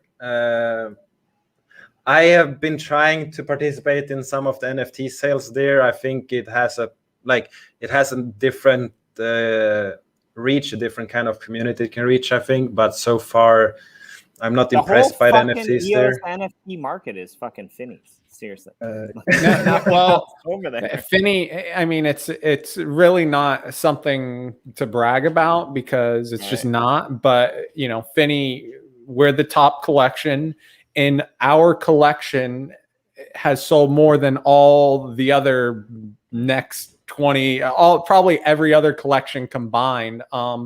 We've always, you know, coming from EOS writer, we've always, you know, had sort of stake in EOS and want to see it succeed. And we always keep EOS in mind. And I still believe there's plenty of potential on EOS, but you need influx of capital, a major influx of capital. I've been preaching this for for months because I was always under the impression, like a lot of people were, that Block One was, you know, they were playing some 3D chess and eventually they were just setting everything up and then like a year ago, I'm like, okay, it's not happening. You know, when you spend 30 million on a domain name and the community is eating ramen, like developers in the community have been eating ramen for a year, struggling to survive. Like what type of message are you sending there? They did the one time, so EOS VC was a disaster. Block One did a grant program. We got Crypto or EOS Writer got a grant for 50,000, and it was helpful. I mean, was it enough? But we're not going to complain. It's a no strings attached grant. But at the time that they awarded 36 grants of $50,000, and when you look down the list of the grants they rewarded, you may have heard of 3 of those projects. Okay. And one of the stipulations, right? So who's building all the tooling? Like who's putting all their time and effort and their own capital into building tooling? It's a lot of these BP teams, right? But were they allowed to receive a grant? No, the BPs cannot receive a grant. So it's just like, to me, it's just like a big, you know, fuck you to the community over and over and over. And eventually, you know, the community starts bleeding, more people start leaving. And I think this foundation was just like, look, if we don't do something, you know, we're not going to survive. Development stagnated. Like Anders said, he tried to do some NFT stuff, but there's no market. Yeah, I sold some NFTs there, but yeah. So I wanted to ask Anders' opinion on this, because I think this is, you know, you are a NFT wax guy, long time. You've been doing, you know. Did you see my review of the Binance NFT marketplace? I didn't, but I posted it yesterday. You should watch it later. I'm not okay. kind. Sure, yeah, I'll definitely check it out. I want to talk about that too. But what's your take? Because if we let Sean go, it's going to be it's going to be the edge of obscurity. But what's your take on this whole voice port towards NFTs? Like, is this good for the ecosystem? Is this like I kind of to be honest, a voice change. Does anyone care about voice? No, right? It's just the people that want to believe in Block One that still thinks they are taking the right decisions and hoping that voice will be awesome. I mean, I was pumped about it. I was like, yeah, maybe this will be awesome. And then they force the KYC to sign up, which is fine, but you can't change the username. So you have to be like, KYC in the background is one thing. KYC out in the public, I don't really understand why that has to be necessary. Like, you can be accountable in the back end if people know about you, but in the front end, right? I mean, I never even got an invite. Luckily, they went away from that KYC, because I was one of the first to sign up and went through the process, and it was awful. And then they went away and just did human ID, verify you have a human face. But they, you know, we worked with them for a year, and we had all these suggestions.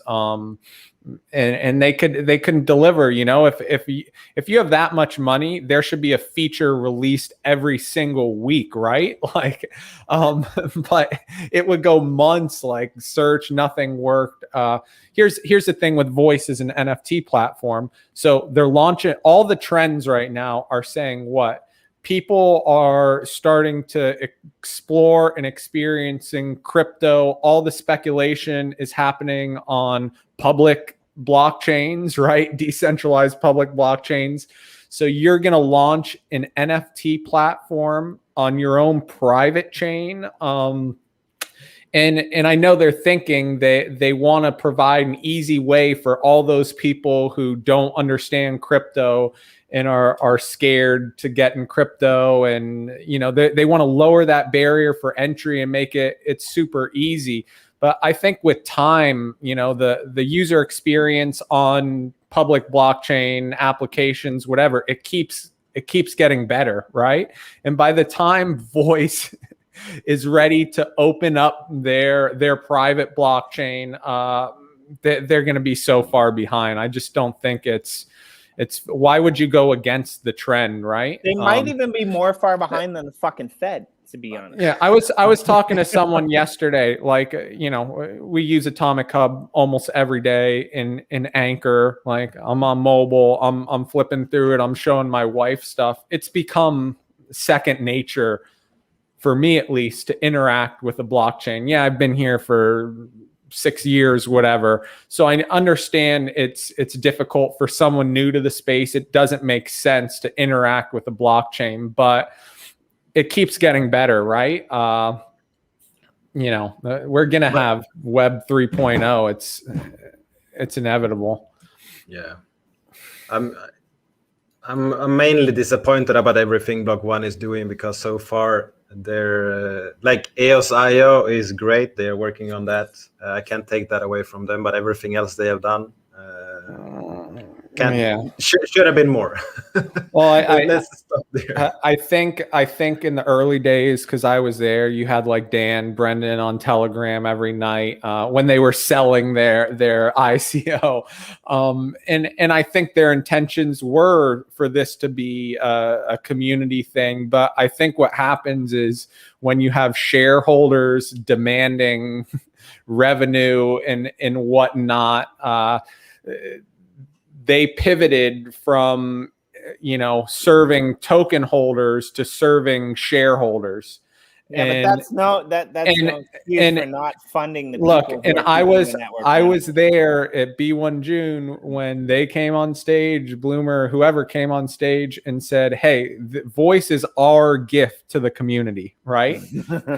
and Dan came up there and said, "Everyone who has a voice account is going to get a free EOS account," right? And it all sounds great, but then talk is cheap, right? It's been all smoke and mirrors, and it never happens. They haven't delivered a product on EOS, I don't think, ever, right? They bought RAM. Yeah, they bought RAM. They created an open source wallet that BPs had to then invest money into putting it together. So it's not a wallet, it's a signer, right? It's signer. I mean, bullish could be a thing, and here's bullish the thing. Here's the thing as well, is like, people keep asking us, especially over at Uplift, like, when are you gonna do shit? When are you gonna create this stuff? When are you gonna like give us the ability to use this stuff? And there's some really smart people in the comments right now. Nick, shout out to Nick, one of my favorite people in the space, who's went in and looked at projects and fucking, he's like the Wikipedia guy of the blockchain space. He goes in there in his own free time and he optimizes shit so that other people in the community can use it. That's freaking awesome. Yeah. And this is kind of where the focus, I think, on blockchain should be, right? Like, the focus on projects. And this is where Block One might have got it wrong, because Block One promised all this shit and they didn't deliver, right? And that's kind of problematic, right? Like, if you promise shit and you don't deliver, right? Like, and I feel a little bit bad, because I do like Dan a lot. I like what he stands for. I like where he's coming from.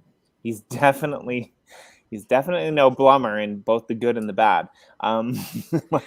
Right? Like, he's not meant to be like a caged. He's not meant to be a caged rat sitting in a cubicle, essentially, right? So, like, Eden's a whole different story. Whether it pans out, whether it doesn't, I don't know. But like, I kind of feel like they really fucked themselves. Their whole game plan, like, we're 3 years late to the freaking party, man. And there's a lot of really big potential in EOS.io. Wax is doing brilliant things. I mean, Proton, Telos, they're all doing kind of their own things, right? Like, but these are okay. So those are all chains that started a little more centralized, right? And want to decentralize over time. Right. Whereas, anyone who was there in the early days of EOS knows how much potential and money there was in the ecosystem and how much promise, but every single move got argued ad nauseum. Oh, this isn't, this could have negative effects in the long term and this, and everyone was so careful, and then everyone didn't want to upset B1 or do something that would upset B1 delivering something. So what it did is the whole chain got handcuffed, right? Sort of by B1, waiting on B1, waiting for B1 to do, not wanting to upset B1, not wanting to do anything ballsy that could actually help the community. And then over time, all that potential just sort of, dissolved, and people went for greener pastures, and then here we are. But nobody's fucking pissed that wax is centralized, essentially, and custodial, even with the Wax Cloud wallet, and it's being used. Nobody who's in the wax space really gives a shit. Because you can wax can have more of a plan and can deliver on things. Where if you want to deliver something on EOS back in the day, it would take like 6 months of arguing about it, and then okay, we're not going to do it. The community doesn't want it, right? And it was almost like too much decentralization. But the biggest thing on wax is not by wax team, right? Right. Yeah. And so to bring that back, exactly 100%. To bring that back full circle to the EOS Foundation, because I actually have a question, because there's another EOS Foundation. They're not connected, right? No. I know Brock Pierce back in the day had launched an EOS Foundation. No, there's one that of sorts. There's one that John Chamberlain and Adriana are involved with, but this is a different thing that might have been Eve. Okay, so Eves the last 2 months has been working on this foundation. Basically, Eves is the only guy who can do this, because during his time at EOS Nation, he was the one that EOS Nation held everything together between Block 1, the Eastern BPs, right? The Western BPs. That's why they were, it's no mistake they were the number one BP. It's because they were holding everything together, and the other BPs respected that. So, I don't know what Eves has been doing the past 2 months, but I think he sort of saw this as and a lot of people in the ecosystem, other BPs, Eastern BPs in his ear saying we need to do something, what can be done. So it's not the same foundation as the EOS Foundation that previously existed. No, it's a new foundation. And now, So the second thing they needed was Dan Lermere to support this, right? Because if Dan is against this, it's not going to go through. But I think Dan understands for Democracy. Eden. Yeah, Dan understands for Eden, right? Eden has very less participation. It's a bit underwhelming at the moment, right? So if you have an underwhelming, so EOS needs to be fixed. You're trying to do Eden, but Eden is underwhelming. Is Eden really going to be able to get the BPs to sign proposals to hand over inflation to this small, underwhelming Eden community? That'd be tough, right? So Dan sees this foundation also as a way to get Eden funding and help sort of save EOS and save his reputation. So he's for it. And then, I know people like Zach Gall are involved, respected people in the community. And I think it's moving ahead pretty quickly. They're going for 2% inflation, which is something like 50,000 EOS a day. They're going to take that RAM fee, which is like 8 million or something. And they're going to start, I think, pretty quickly wanting to push it out to people in the community who have stuck with things and continued to build while everyone else left. Those people need to be taken care of. And then they're going to have 50,000 a day to inject in the ecosystem. And I don't think it's going to be a long, process. If you have a project, something, go pitch it, and so they're basically start building the jumpstart the network effects. They're basically reinstating the whole workup proposal. They are reinstating the purpose of BP pays. The block producers were supposed to be paid to be able to build cool things, the idea from the start was to have a lot of small teams all over the world that were able to build different projects that benefited the ecosystem and invest in other projects. And then there was a change of the constitution, and then it all became voter rewards. Voter rewards. Money going to voter rewards instead of building. Well, I mean, one of the reasons that we actually never do this on the edge of obscurity, which is something that I kind of enjoy, but we actually never have bitch fests. And one of the reasons that I love you as a person in the space, Sean, is because like you're a straight shooter, right? Like you tell it like it is, for the most part. And I really respect that. Corey and we try to do it, but we've kind of given up because we're kind of at the point where it's kind of like, okay, like we're not chain agnostic. We're running on mostly wax right now, but like if EOS fixes his shit, if Ethereum prices come down, like we're building metaverse, we can go cross chain. We're looking at projects like Cosmos and other projects that we could potentially incorporate with Binance as well, and I think this is the way that blockchain should be. But we're at the point right now whereby it's just kind of like EOS really needs to fix their shit. And if they don't fix their shit, I don't think it'll be the end of EOS.io, but it's just a bad look. And so I'm kind of like excited to see where this EOS Foundation goes. But we really need to cut block one out of the equation. I mean, imagine if EOS Foundation start injecting money in the ecosystem. Over time, it had a net positive effect. The price of EOS starts rising. So 50,000 EOS right now, we're $4 something, is all of a sudden, more money, $10, $12. That's a lot more money. And before long, the foundation becomes better funded than Block One. It couldn't. It's still a long shot, obviously, but one has a lot of. They have a big battle chest. Yeah, I think that I'm happy to see that this community, because if you tried to launch this foundation the same way a year ago, or maybe even 8 months ago, it's not getting off the ground. But it's like you've hit rock bottom. So this idea of a centralized entity that's run like a business and is just going to start allocating money, it sounds great to everyone now, right? A couple years ago, no way this is ever getting off the ground.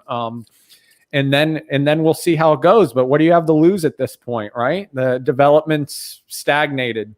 There's none. This is totally the antithesis of like the majority of people in the space, but I love it. EOS was never a thing in my life until I met Wax. I freaking love that comment. Like, that's great. Oh, it's just having, since we put Finney on both chains, 5,000 each chain, there's so many, there's a large handful of people that started collecting Finneys on EOS, and they're like, this is cool too, and they've taken an interest in EOS because they hear us talking about it on here, and we need new people now. The fact that new people can come in and have ideas and have a direct avenue to have those ideas funded is great. So I've always felt that when all EOS.io ecosystems are doing well, it makes all of them stronger, and I'd love to see more bridges built between Wax, EOS, vice versa, and then, like you said, off to other places, Jimmy. And you and I, we might know similar people that are doing things in the background that are really fucking interesting. So I'm just going to leave it at there. But what I am going to say is the fact that you can use an EOS-based Finney to be able to build upon in the Wax ecosystem is pretty fucking huge. Yeah. And when we're looking at like projects like Wax and the potential, I'm gonna throw Ultra in there as well. I'm not sold on it, but I'm more sold on it than Block One. I'll say that at this point. I like Ultra. Right, because they have the potential to pull those gamers in, just as Wax has the potential to pull people in. Right now, will there be though a KYC requirement? Will Ultra be 18 and over? That's the big Max Schill question. And it's a great question. It's a valid concern. Gaming platform, right? So right. So you need to have that that ability. I think I don't know the answer to that. Anders, do you have a talk on that? Why would it be 18 plus? Because you can buy things inside it. Yeah, no, because and it's a gaming system, right? Like, so there's certain games that have it's tied to a token, right? Yeah, but kids can play Fortnite and they can go in and buy Fortnite and not have to be 18 for that. Right, but that's not a crypto token. Yeah. Which I don't the games that you don't have to. If you use the Ultra wallet, you just go in and you buy something and it goes like this. You can buy a game. You don't have to okay, sure, you have to stakes on tokens, but you also have free transactions. You don't have to have a lot of Ultra tokens, and you don't have to earn Ultra tokens to participate in Ultra. Got it. So I think it's fine. I don't know, but I see a lot of potential there. Sean and I have talked about this a lot. Like, I was a really early investor in Ultra, and thank you, Max Schill, for that, because I don't know how. It's probably a little over a year and a half ago or something. I got in when you could still get in early and profit before Jimmy stopped it. Yeah, before Jimmy stopped all the early investors being rewarded. No. I got into Ultra a little bit late.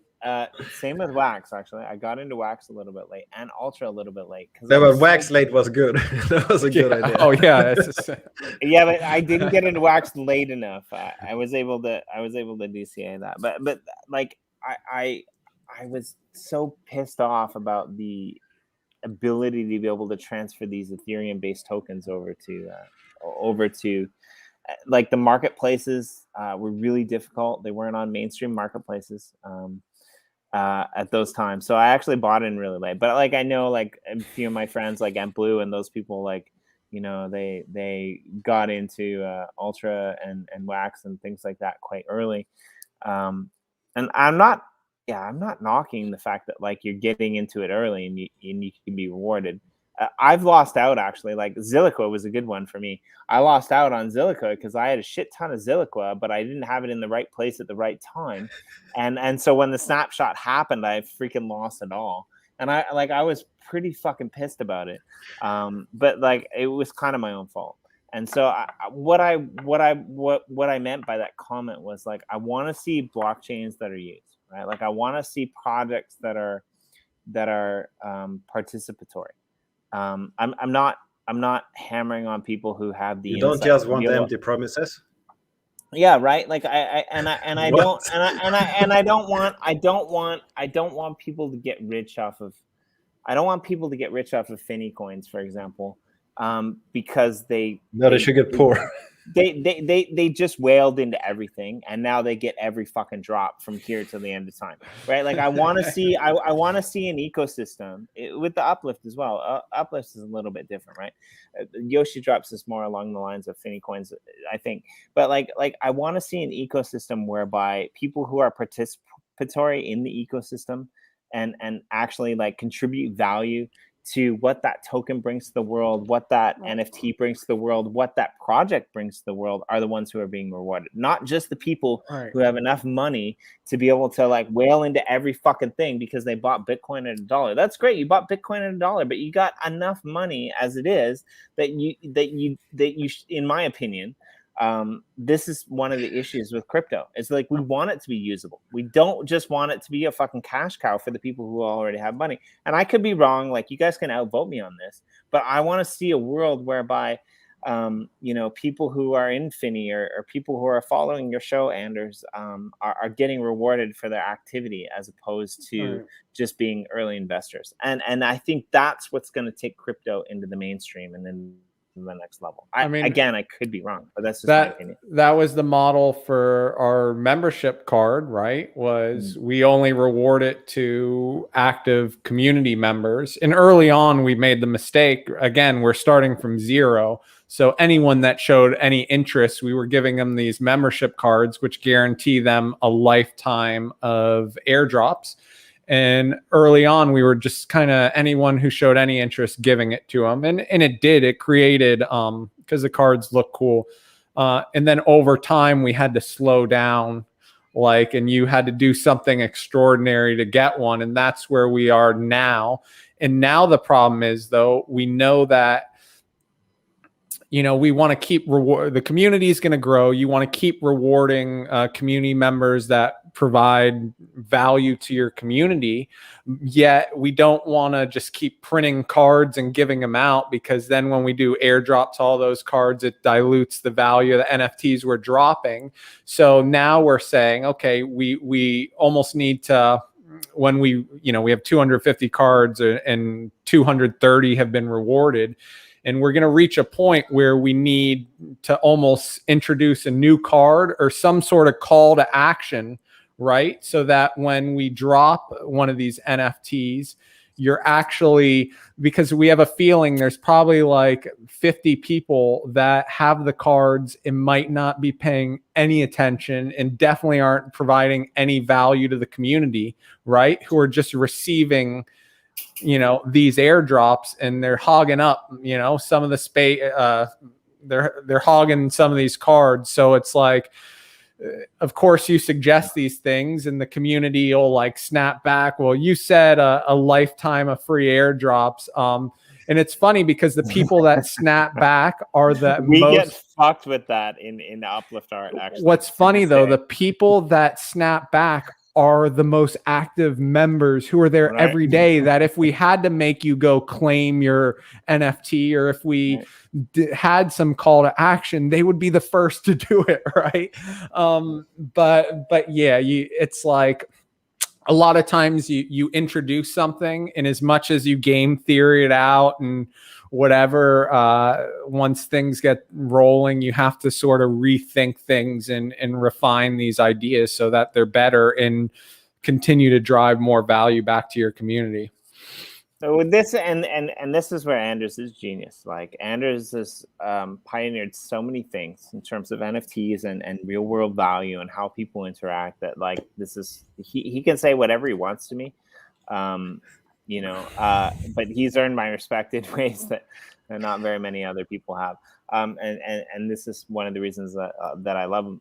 Is just because he's a genius in a sense. But yeah, I we definitely, when you get back from vacation, Sean, we should definitely pull Anders on the edge of obscurity, and we should talk about this topic and just talk about use cases in crypto, because I think it's something that we've all thought about and we've all dealt with, and it's definitely an interesting topic. Sure. You guys can give NFTs away, and I'll give shit away because I gotta pay for it out of my own pocket. And Jimmy will promise to give something away and then never give it away, just like Block One. By the way, did we actually ever send Dr. Poon that NFT? Because I don't. Well, Jimmy, that's no. You never sent me the address. It's Dr. Pooner, I think. He put it in the comments. I was waiting. Or Dr. Poon. Oh, I got to go back through these comments and I was waiting for your private chat message because I didn't send it.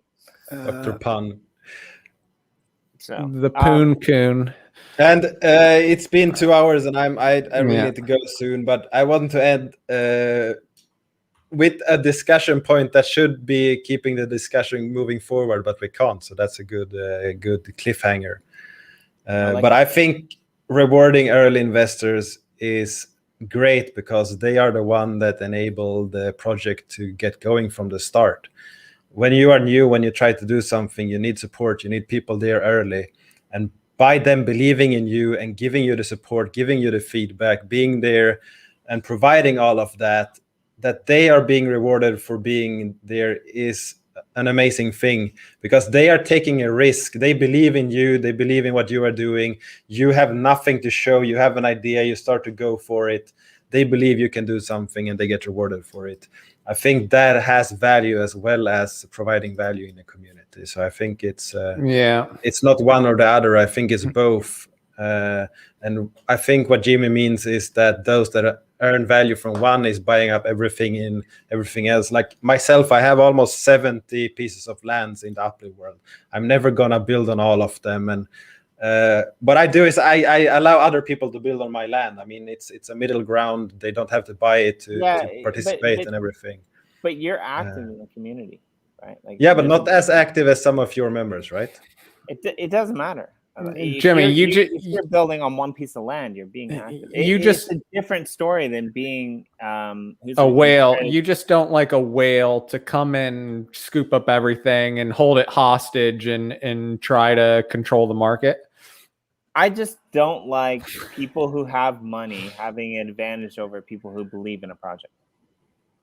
Yeah. Well, I think with your community, with Uplift, it's built around gratitude and giving. And don't get me wrong, we get a shit ton of FUD, and I like we're at the point right now where like I'm actually I'm not even sure if I'm allowed to say this, but I'm pretty sure I'm allowed to say this. Like, I'm the one that's like fighting for people to be able to have like criticisms and be able to like say things, and like everyone else is just like ban the fuckers, right? And we it's interesting. Like, Anders has got to go, but I really want to have this conversation on the next Obscurity. Okay, Beyond. 2 weeks. Cliffhanger.